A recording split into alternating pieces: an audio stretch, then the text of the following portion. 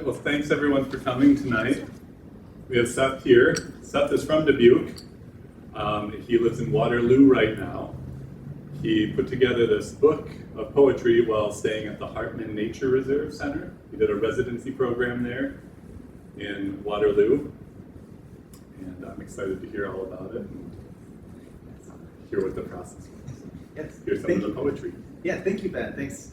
And thank you, everybody, for coming. Again, thanks to Ben and everyone at the Carnegie-Stout for getting everything ready and let me come here and read my weird poems about nature and Beavis and Butthead and all that other good stuff.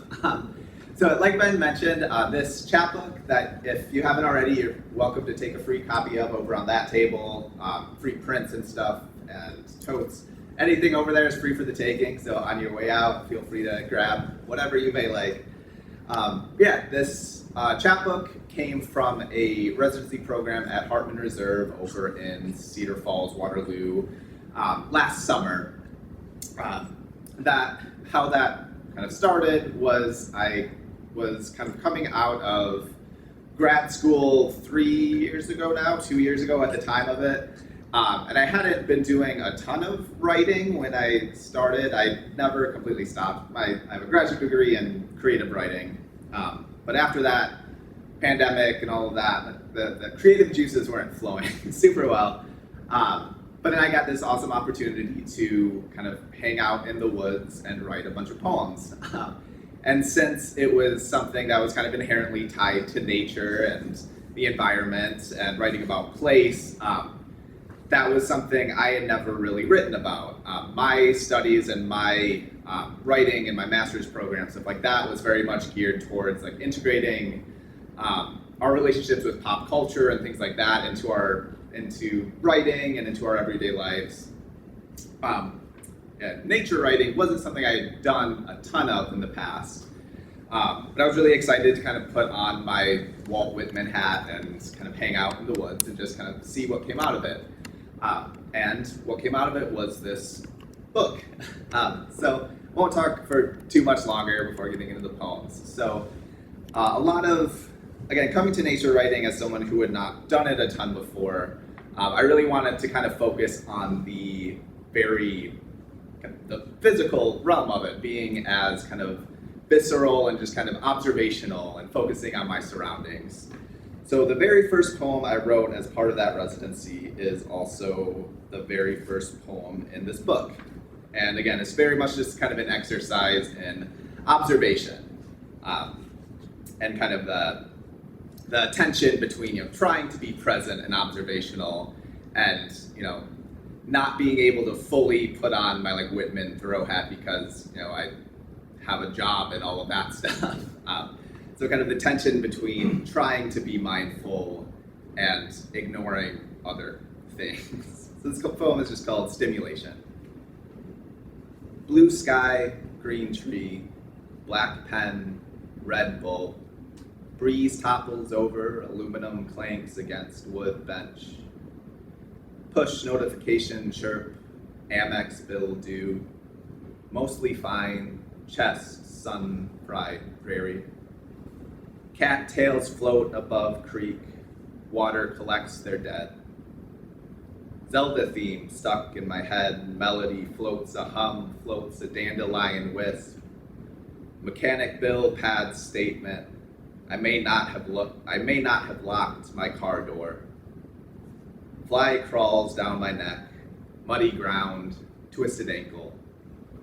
Doctor visit, extra hours at work. Canker sore, a spinning screw, dirt in my mouth, can I breathe? Dandruff clump smudged on glasses lens, ATM receipts, cataracts. Will this wind dry out my eyes? Am I Whitman or Simpson? Tree branch severed, my detached spine. Blue sky, green tree, blue sky, green tree. So again, very first poem I wrote as part of this tenure, again, just kind of taking things in as I was there. This next poem is very similarly kind of addressing that tension of trying to kind of escape from bad things and just be kind of present and mindful.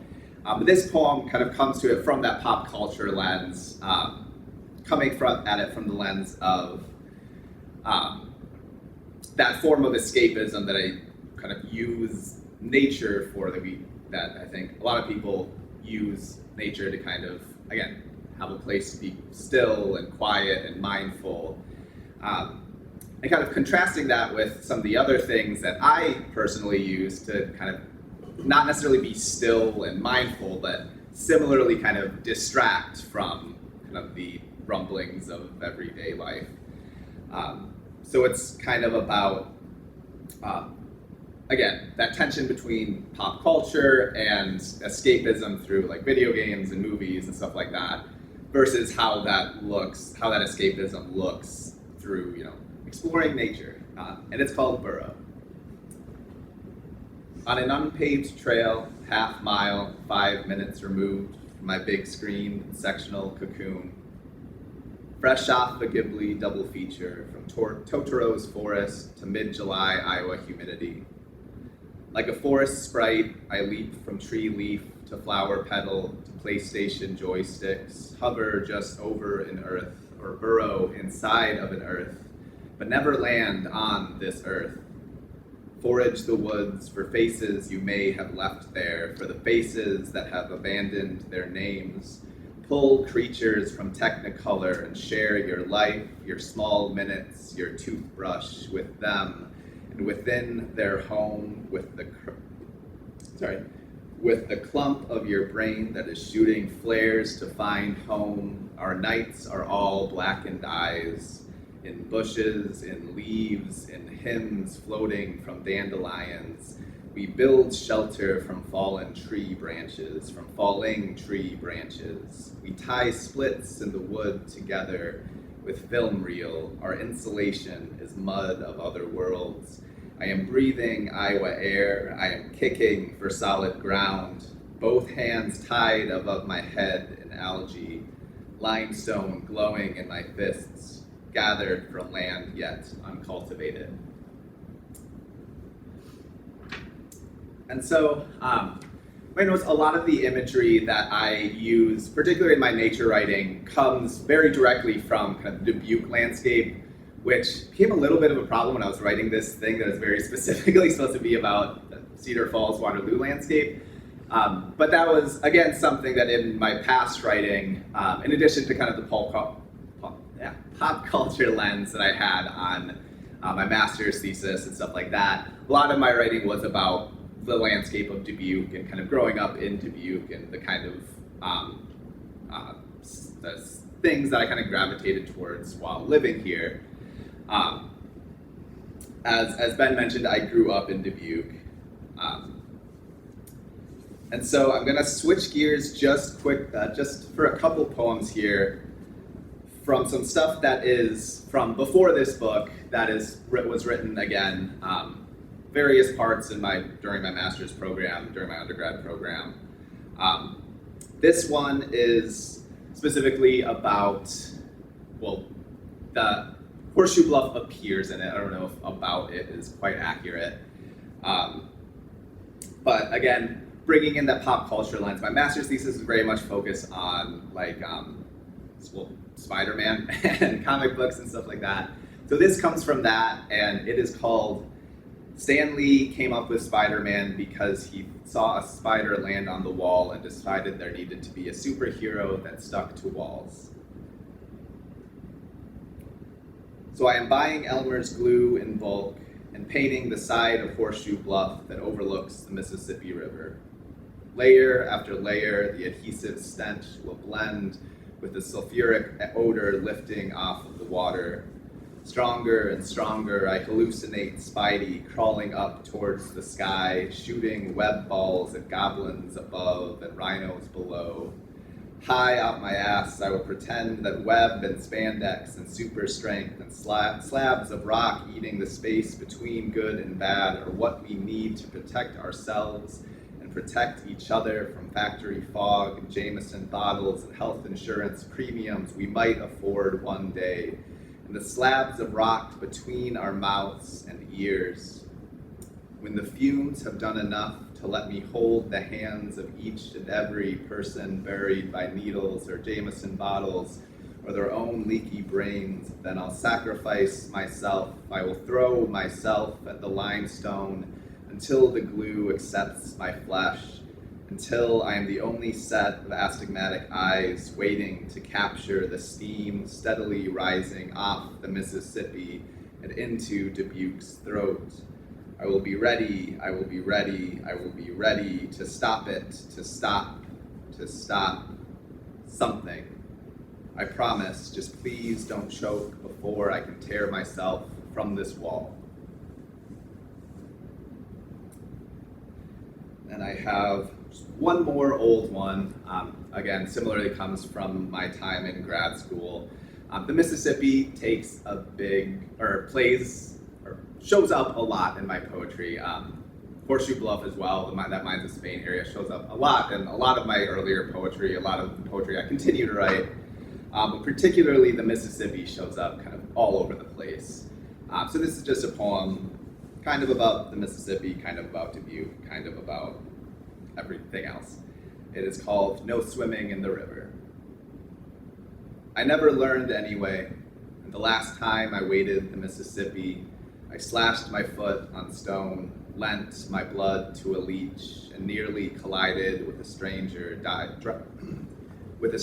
diving from a tree. But thank you for your concern, metal sign. I am only a spectator now, a guest, and tomorrow, no matter the severity of the water's thrashing, it will not splash the yet-to-be fumigated bubble I've hidden within. My crater smashed far away in a corkboard earth, pinned with negatives of spray-painted levees. The river is right here and miles away all the same. I cannot find it. I cannot find the dead skin cells of mine floating like ashes along its surface, in its waves.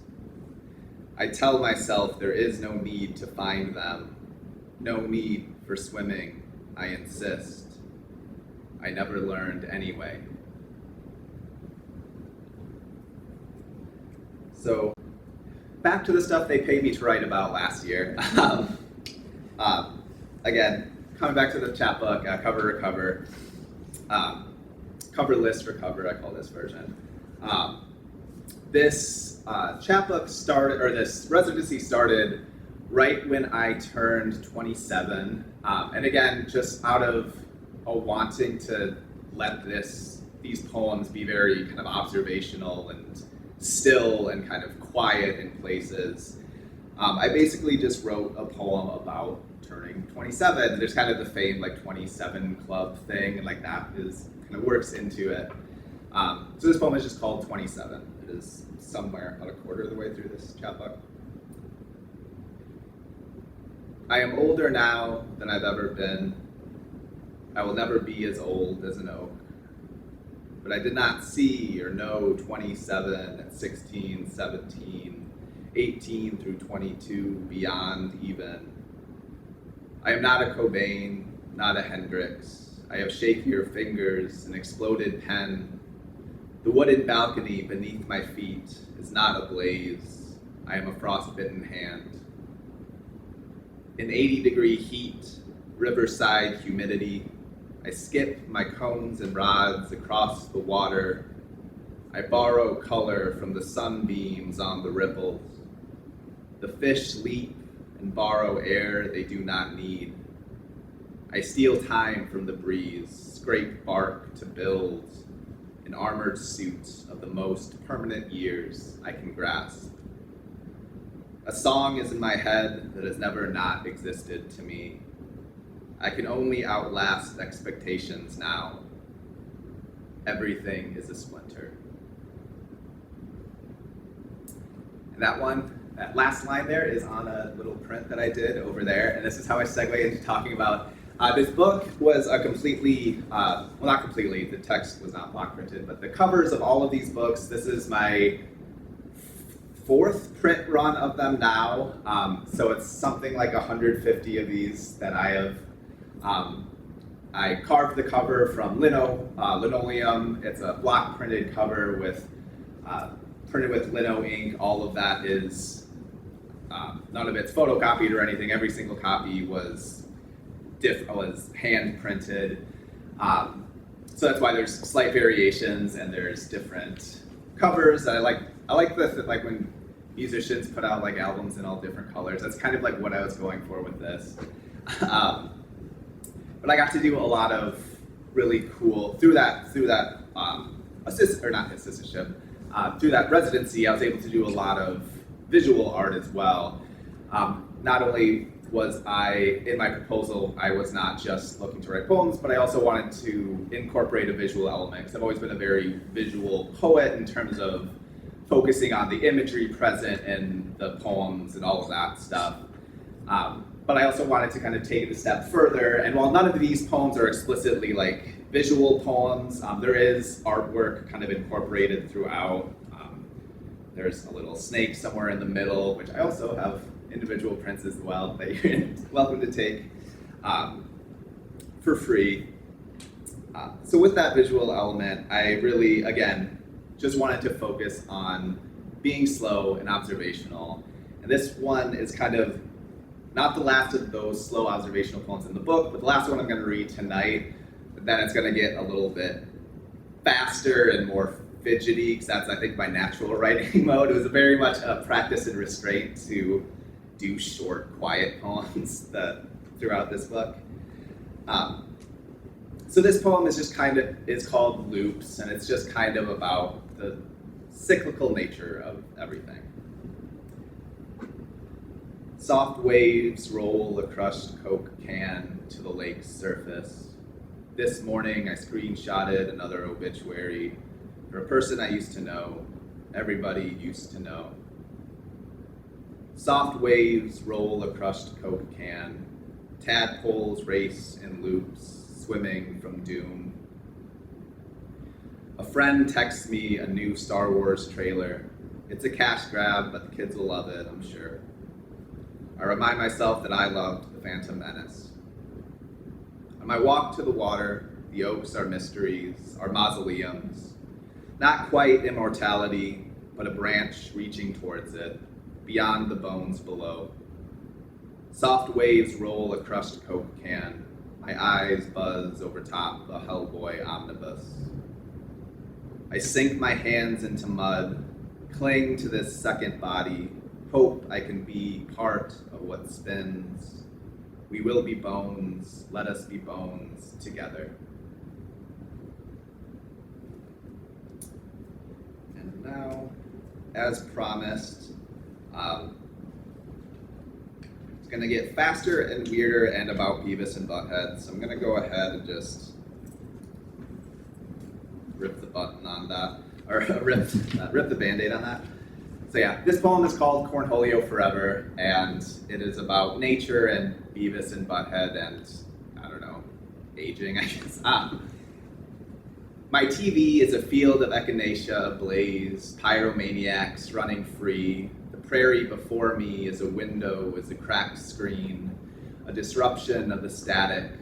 My spine is rotted fish skeletons stitched together. I am scared, but I will still sit on the couch in a Metallica tee and throw up the horns. I am at peace. I am young when buried under bluebells. I am young when Beavis sings, breaking the law, breaking the law. I felt less young than I might have when I was young, but in new worlds and crude pencil marks and cottonwood trunks, I find missing years. I am Butthead in a sundress throwing daisies. I wear the petals of bygone selves in a crown around my head so I can hold them to my chest when I need to. I am a body growing wildflowers. I am Cornholio forever.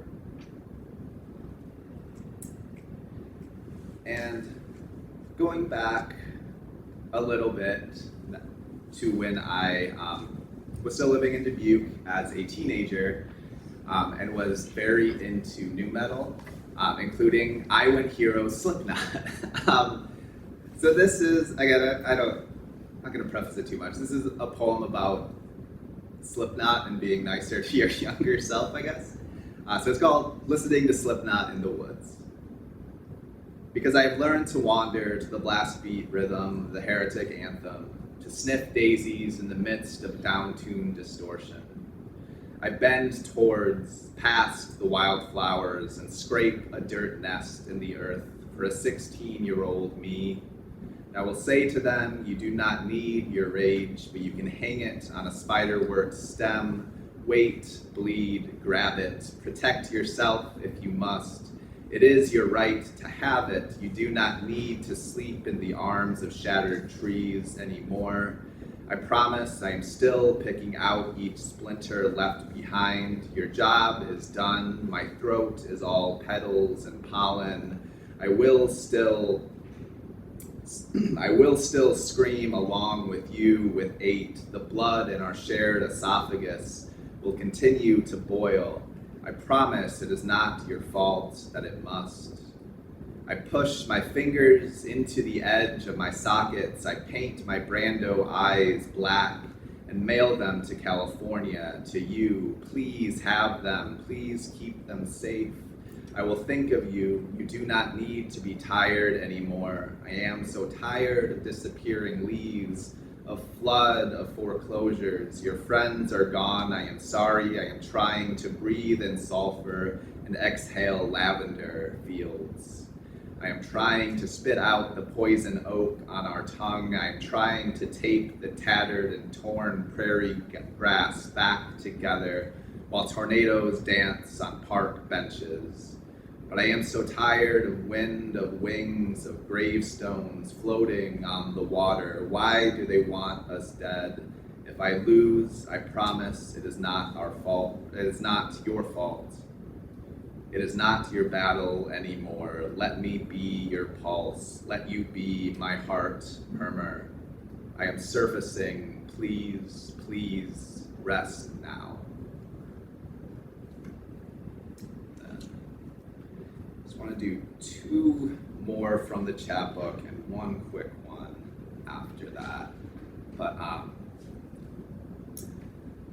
so going off of that last poem, a lot of what this chapbook is kind of taking stock of where you are, and again, I think part of the whole mindfulness thing and trying to write a book of poems that is based in nature and based in kind of the viscerality, I don't know if it's a word, but I'm going to go with it, of just kind of existing in a body, in a place somewhere, but kind of honoring the past yous who were living in a body, in a place somewhere, and kind of honoring the things that maybe were important to you at one point in time, but aren't as much anymore. Maybe you still hold some place for, but maybe not a huge one, or maybe you've moved on completely. So that's, there's a lot of that in that Slipknot poem, but there's also, this next poem I think is in a similar vein. It's called, I Did Not Watch the Home Run Derby This Year. I didn't recognize any of the players' names. Childhood love, now a splintered, discarded slugger. I haven't waded in the Mississippi for a few years now. The waters flow, the bluffs tower, with or without me. I've been to the theater 3 times in as many years. The 10,000th MCU film will make millions with or without my eyes. I am still calmed by the water of storms, of lakes, of rivers. I still feel cattail pricks when I clench my fist. I still crave elsewhere. I still pilfer the rings of other planets, wear them like gauntlets.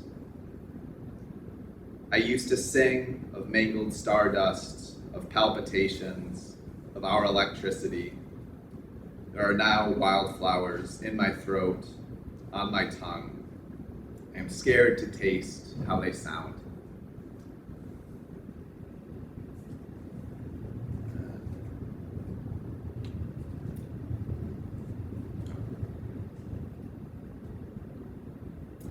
So that poem is vaguely about sports, and particularly about sports that I don't watch a ton of anymore. I was a big baseball fan when I was a child. I still pay attention to it, but I don't actually watch games anymore. But but I still watch a lot of basketball though. I'm a big Lakers fan, big NBA fan. It's weird, NBA fan, it's a bit like saying that you're just like a fan of a company. But anyway, so this poem is kind of, since we're in the I guess not the middle, the beginning of NBA playoff season, I wanted to read this one. It's a little bit of an older one, but I think similar to a lot of the books in this poem, it's kind of a poem about taking stock of where you are, where you've been, and where you might be. Whether that might be is realistic. So it's called Letter Declaring My Eligibility for the 2023 NBA Draft. Dear Commissioner Adam Silver, I would like to express my desire to enter this year's draft pool. I'm 27 years old and have played 0 years of NCAA basketball and 0 years of high school basketball and have carpal tunnel in both hands and less cartilage in my knees than I should, and I never did manage to dunk on a regulation height hoop. And I can't promise that, if given an NBA salary, I won't let the nerves get the best of me and stare at my feet all 48 minutes of all 82 games. But, oh no, I don't know that there is a but. Have you ever worn a welding mask just to fix a broken bobblehead with a hot glue gun, Mr. Silver? There is a hope in the grandiosity of tiny risks, in believing that every act of repair might backfire. Maybe I spent my prime playing years in between manic episodes and dissociative breaks and failed meditations and bouts of graveyard shift prompted insomnia and 6 month Simpsons marathons when I couldn't bring myself to leave the house. But, my spine is lined with participation medals. I lose 1 or 2 a year, but I think I can get some back if I can just be a part of this year's draft pool. My jump shot is shaky and I have no conditioning, and I think there might be moths gliding along my veins, looking for a flare they cannot find. But I spent the first 15 years of my life wanting to be a Laker, and maybe now they need an oddball, feel-good bench presence. What do you mean that pipe dreams cannot be unclogged? Listen, I know I messed up. I know that years are wilted petals or white drawers or whatever. Okay, I want to be a power forward, not a poet. But I've heard it's not that difficult to declare eligibility, and if no one picks me up, that's okay. I'll be a free agent, and maybe I'll just tweet hype videos at LeBron until I go viral and someone signs me, or maybe because I am choosing to pursue the 0.0001% chance I have of salvaging these bones.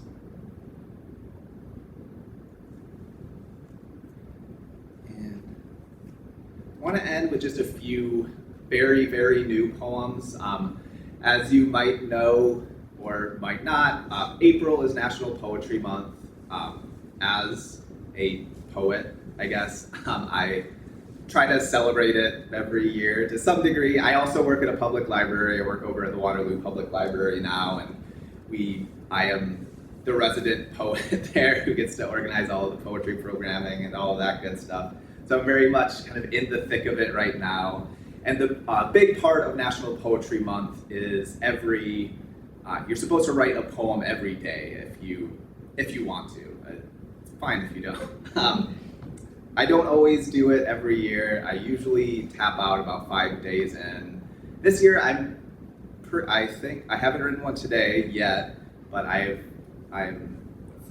19 for 19 so far. And this, I want to read. And again, I think I want to read some of these because I think a lot of them kind of linger off of what kind of came from last summer and ended up in Cover Recover. I think a lot of the poems that I've been writing lately kind of continue with the kind of focus on landscape and the focus on just our surroundings and kind of being present and trying to be mindful.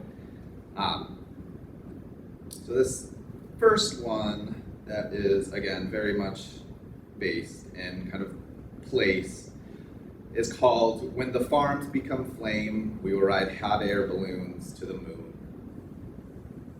Snakeskin wrapped around our skulls. When cataracts become geodes, we'll grind the stone to glitter, scatter it over the earth as we hollow our bones to fill with faux daisies, plastic, glue, gasoline, and you.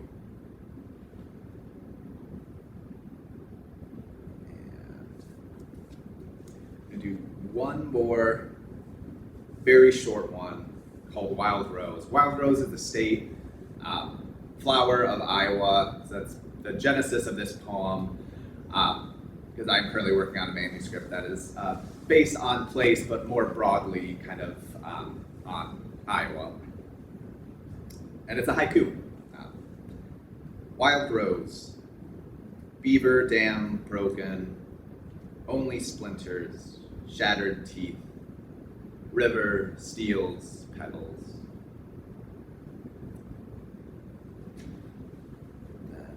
I know I lied a little bit. Forgot one from the book. I'm going to end with that one because it is towards the end of the book, and I like closing on it. So I think it's the most. I don't write a ton of super happy, hopeful poems. I do a little bit now, but when I started writing poetry, it was very much processing the big feelings and all of that stuff. But poetry doesn't always have to be sad, and this one's also weird, but it's not as sad and all that stuff. It is called This Is My Swamp. It's about Shrek, kind of. The wasps on the brush wave to me. We both understand it is not our fault if we hurt each other. I have always felt ogre-like. I am whole in mossy water. I am home in bramble. I am not a bed of thorns. I am an onion. I can shape shift. I can staple thorns to my skin if I wish to. In the kingdom of far away, Shrek learns to shape shift, and we learn why not to. There may be exceptions. Are there exceptions? Fallen trees are now bridges, are now homes, are now new. Shrek becomes new in his sameness. A swamp can still, must still be shared. I do not eat eyeballs, I string them together and garland the milkweed. I whistle all-star through a blade of grass and wait for who hears it, for who arrives. I am here, I am home, I am an ogre, this is my swamp, and it is yours too. I bathe in mud, clear my face with algae. I pray in rotten-toothed song. I pray to the water. I pray to the land below. I pray to donkeys and mice and big bad wolves. I clasp my fingers at the water's surface. I let it stain my hands green before the wasps pull me to land, pull me into sky.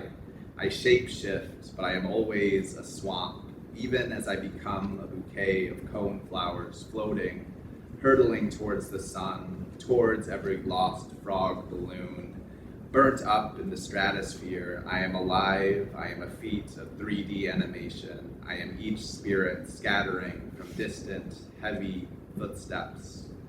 This is repentance, this is an earwax candlestick, this is forgiveness, this is my swamp. That's it.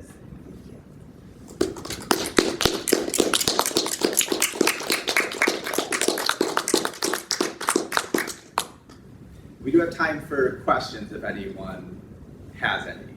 Otherwise, no pressure. I know this is always a very awkward spot to be in as an audience member. So, can you tell us a little bit more about the Hartman Nature Reserve and what the residency was like? What kind of daily? Yeah, so the residency that I did at Hartman was last summer. It ran from June to September, June through September, so for all of last summer.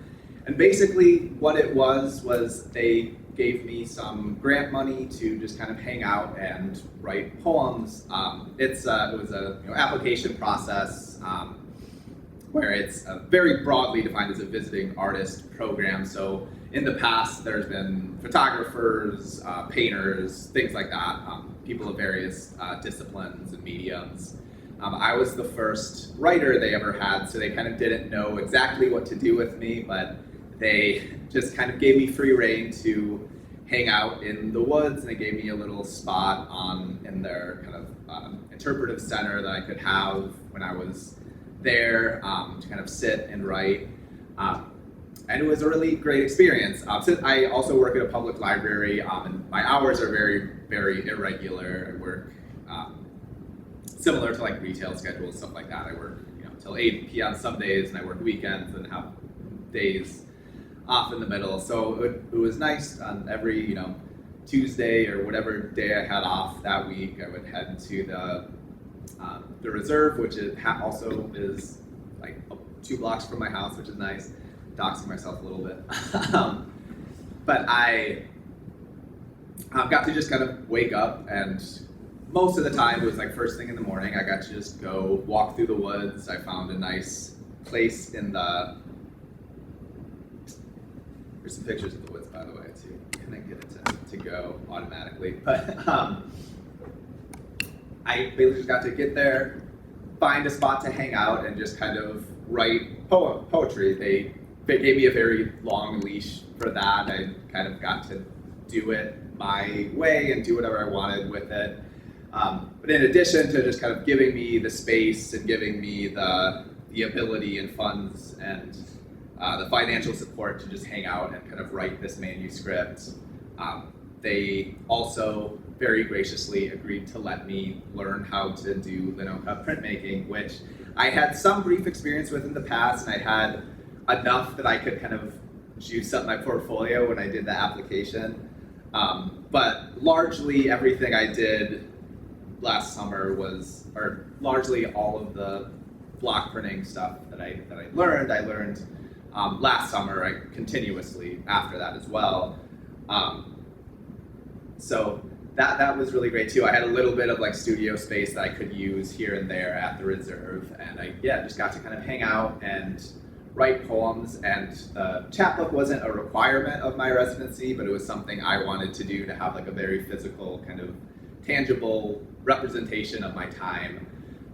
And I got to do a few community events. Part of my contract with them was to kind of share what I was doing with the community. So I got to speak at public libraries there in Waterloo and Cedar Falls, and different centers for the arts and things like that, and kind of share poetry and what I think is valuable about poetry with that community as well as this one now, but given the opportunities that I was granted with that. So yeah, it was just a really cool, very laid back chance to just kind of learn things and continue to just kind of carve the time out to do the writing and do the art, because I know that is a huge privilege. It's hard to carve out the time to do those kinds of things as a person with other stuff going on and jobs and stuff like that.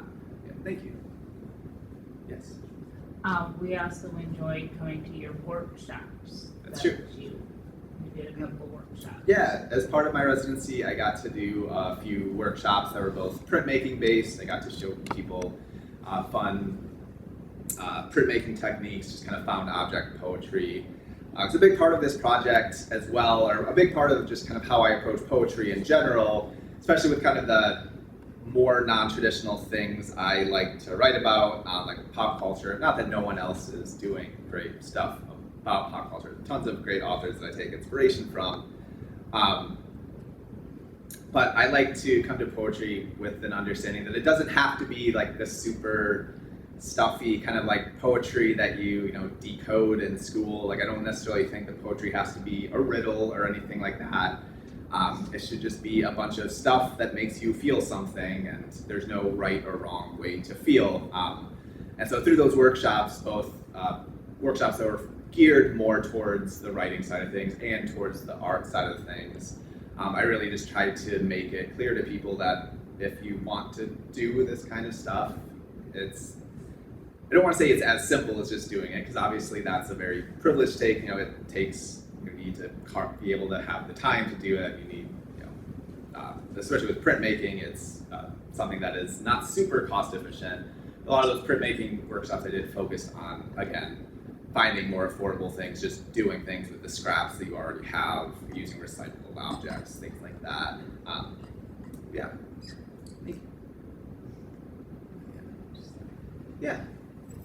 Is there anywhere we can find you online where you would post your art? Yes. So, easy answer to that is there are those bookmarks on the table there. All have my website on them. It is Seth-Thill, THILL.ghost.io. I haven't shelled out for the better domain name. Probably should at some point. But yeah, on those bookmarks, that is the updated URL. It also has, giving it the books that I have today are again for free, but I do, if you want to pass it on to anybody, feel free to grab copies for them, but also there's a link to my web store on there that, right now I think I just have copies of my chapbook there, but will soon be also, soon will also have like prints and stuff like that on there. So yeah, thank you very much.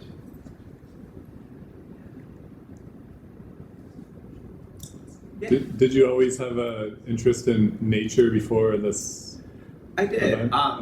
I was never like the hard science side of nature things. Like science was always my worst class in school. Well, second worst, math was worse.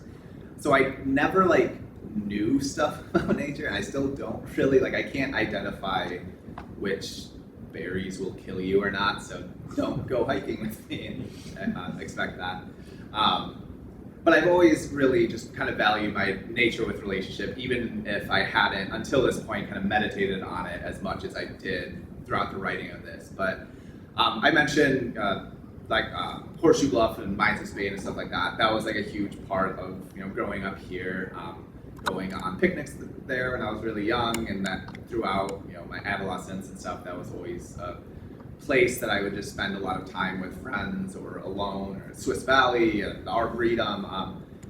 I've always really valued those places and really enjoyed them as, again, a place to kind of be still and be present. But yeah, I had never really like examined those relationships until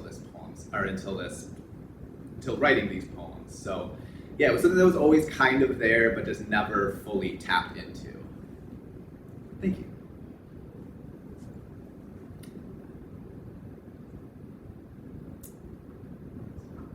All right, well, we'll call that good for tonight. Well, again, thank you all for coming in this very threatening but mostly fine weather, I think. It was storming this morning at Cedar Falls, but I don't know how it's been here. But yeah, thank you all for coming. I really appreciate it. And like I said, books and other ephemera on that table on your way out. Otherwise, I hope you all have a great rest of your evening.